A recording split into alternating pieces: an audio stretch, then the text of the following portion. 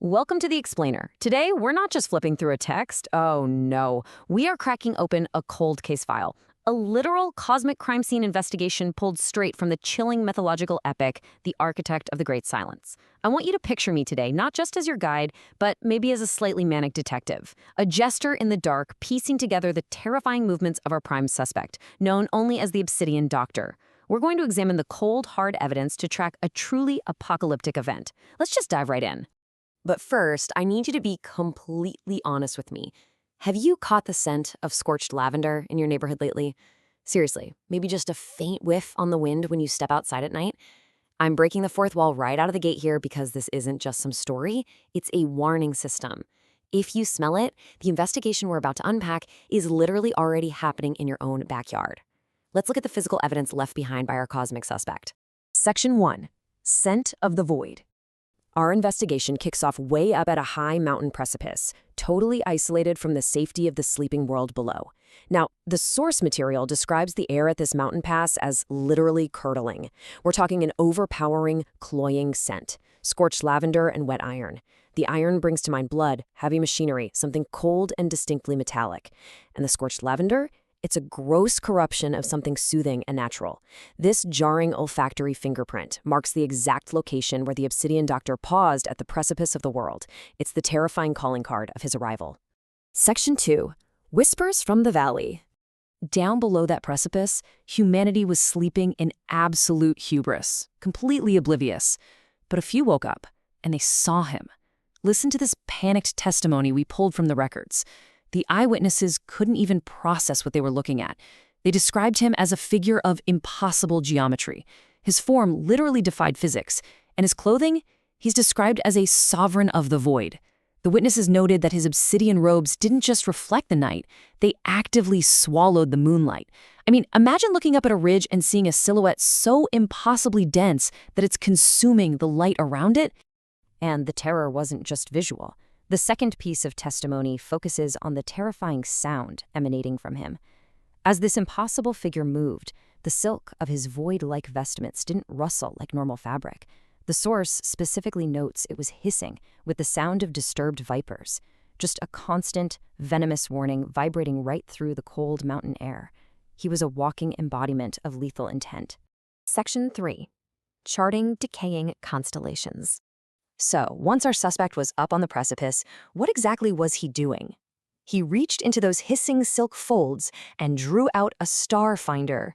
This perfectly illustrates the methodical, calculating nature of our suspect. Because he didn't draw medicine. This is a shimmering instrument of cold metal. The source reveals he uses it to chart the decay of the stars, the exact decay that invited his presence in the first place. He's up there, looking down at the sleeping valley, using this otherworldly device to align what is ominously called the Ledger of 1,000 Cities. He's literally measuring the rotting heavens to prepare his dark masterpiece. The absolute most crucial point here is the chilling juxtaposition happening in this exact moment. Up above, you have the cold starlight of the dead, decaying heavens, and looking right back at them, peering through the starfinder, are the warm, predatory amber eyes of the Doctor. The source notes these eyes flickered behind a nightmare mask. It's such an unsettling contrast. The universe is cold and dying, but the entity measuring its demise, he's warm, alive, and intensely predatory. And he found the celestial alignment to be absolutely perfect. Section 4. Descent of Dark Oil. The Sovereign of the Void has finished his measurements. Now we can map out the exact forensic sequence of his descent, step by step. Step 1. With a gloved hand, he adjusts the star finder, plotting the silent sewing and locking in his terrifying coordinates. Step 2. He exhales, and the breath that leaves his nightmare mask is a faint violet frost.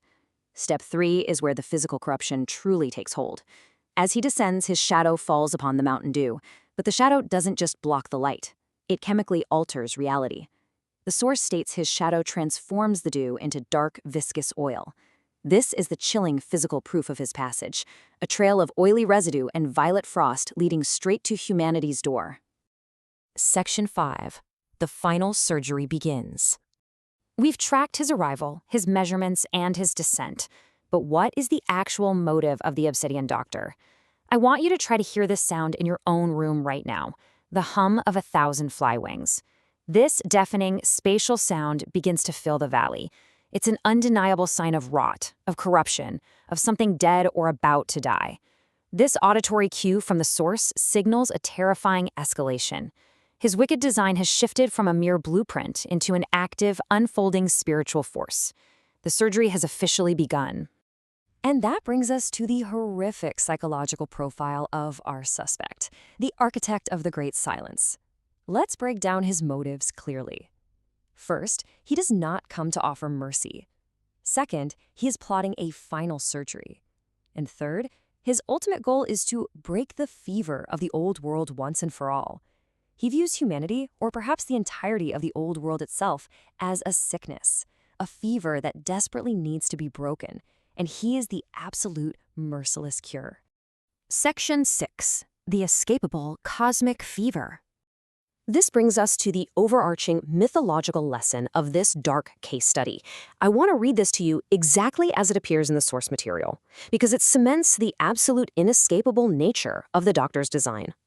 When the stars begin to rot, and the sovereign of the void begins his measurements, there is no corner of the earth where the fever can hide.